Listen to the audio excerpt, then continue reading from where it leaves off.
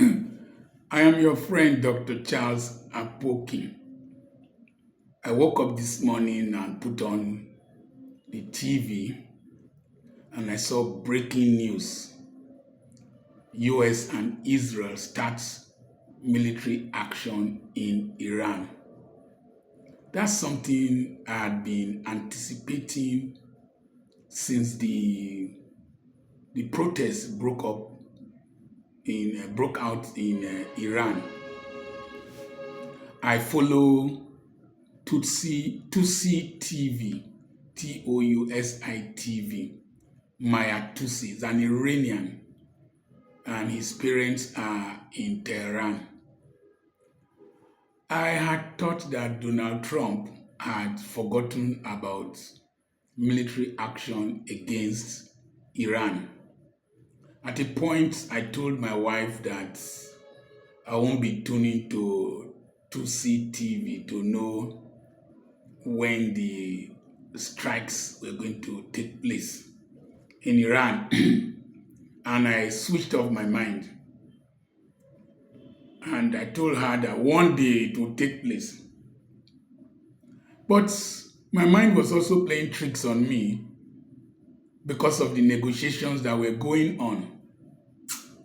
But deep inside me, I knew that these negotiations were just an attempt for the US and Israel to properly align their forces, position things on ground, and on ground in America, in the Middle East, and in Israel. Nobody knows how this will end. But there are some key issues we must learn. And those who fail to learn from history are bound to make the mistakes of history. The real new sheriff in town is Donald Trump. It's not Monday Okpewolo. No.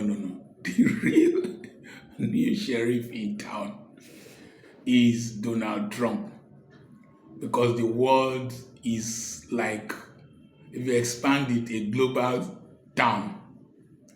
But I say it's a global street, and you can constrict it into your phone. Donald Trump does not play.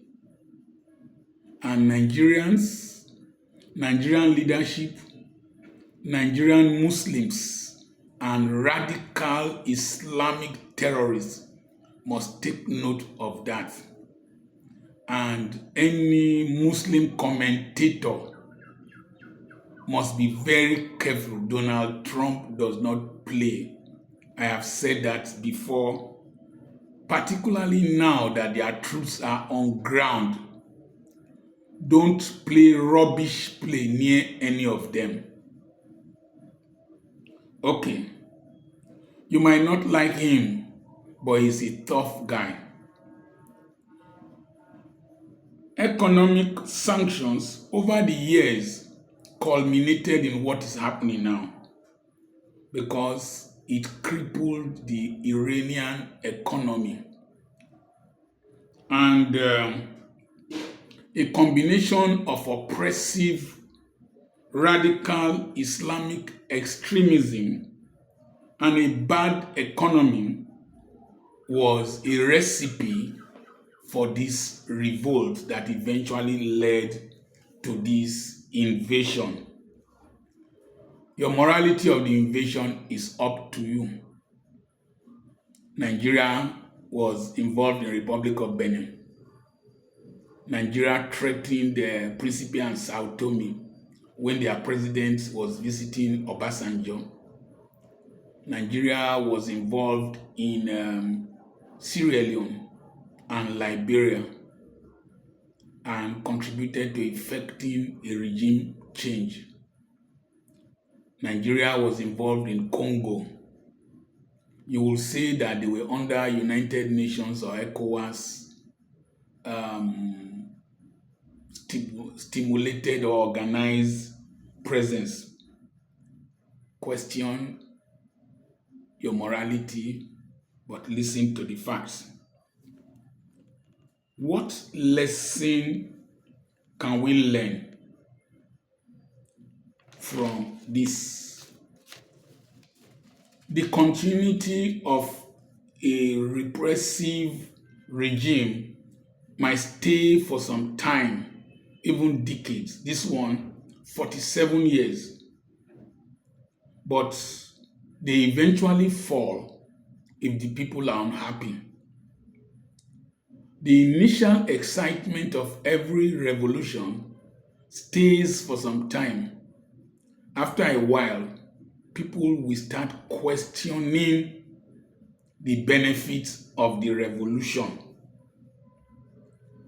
Religious extremism and totalitarianism without concurrent economic development and prosperity will eventually lead to a revolution. The people will one day question your leadership. Most people do not realize that the French Revolution took place after France went to the United States to join them to fight against the UK, and America gained independence. Then there was a drought and grains were scarce, but the abbots and the bishops still demanded tithes in grains, very oppressive demand, and the people were hungry while the elites were enjoying, and the people revolted and guillotined the king. That's how the French Revolution took place.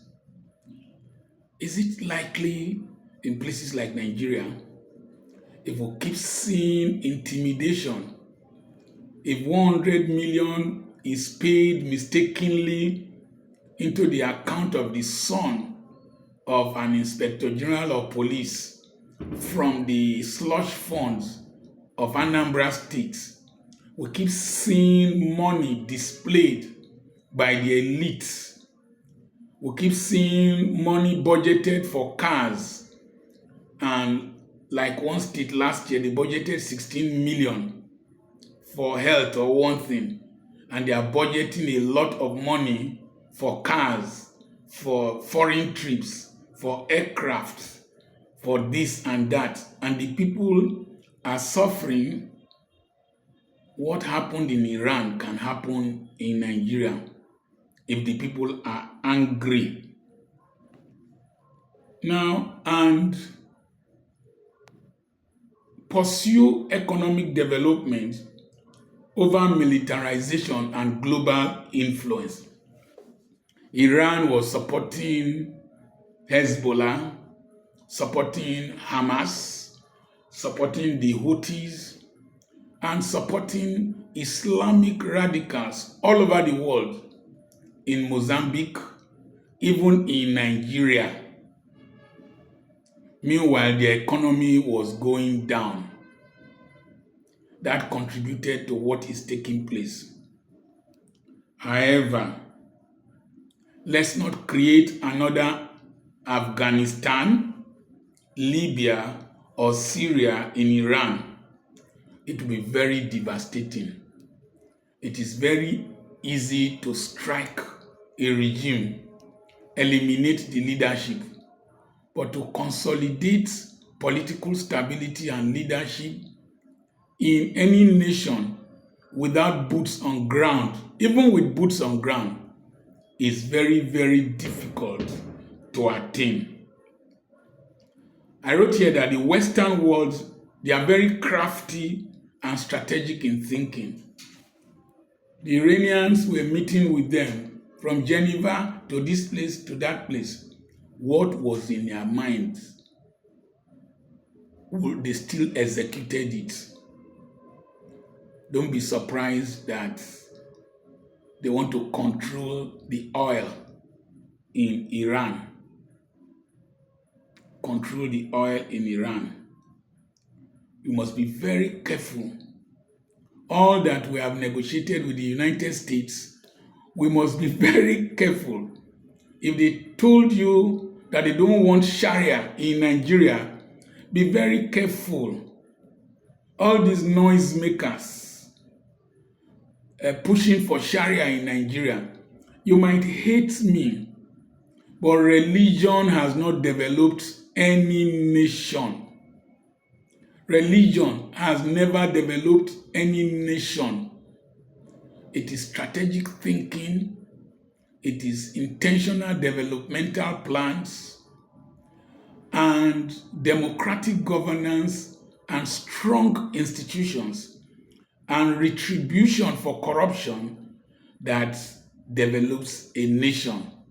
Ideally, religion is a personal deal, should not be made a state responsibility.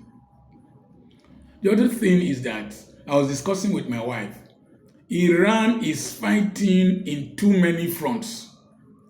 You are hitting Bahrain, you are hitting UAE, you are hitting Qatar, you are hitting Jordan, Israel, and the United States bases all over.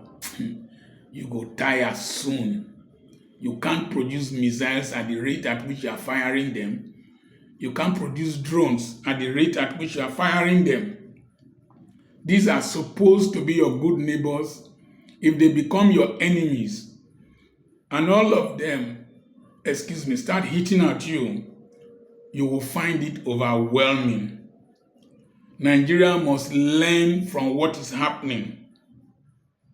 And Nigerian Muslims must be very careful not to go and attack American interests.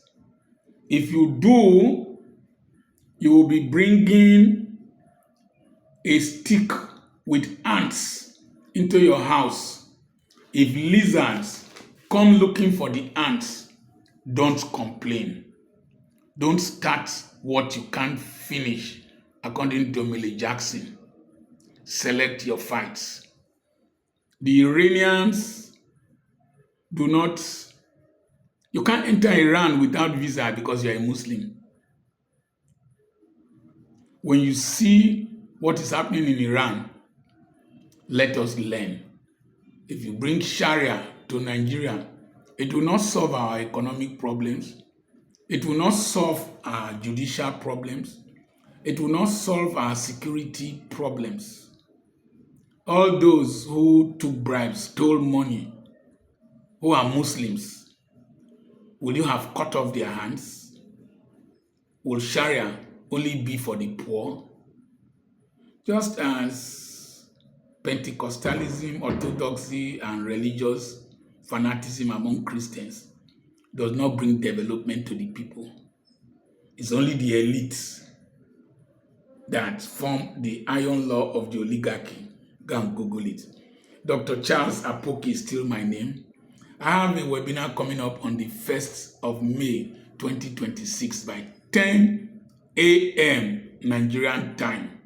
It's live, will be in a hall at Petra Christian Academy, that's our school, behind our Gulf Rain Motors at Otowodo, Ogeli. Send a message to +234 80 21 21 92 62 to register. It promises to be a great time. God bless you.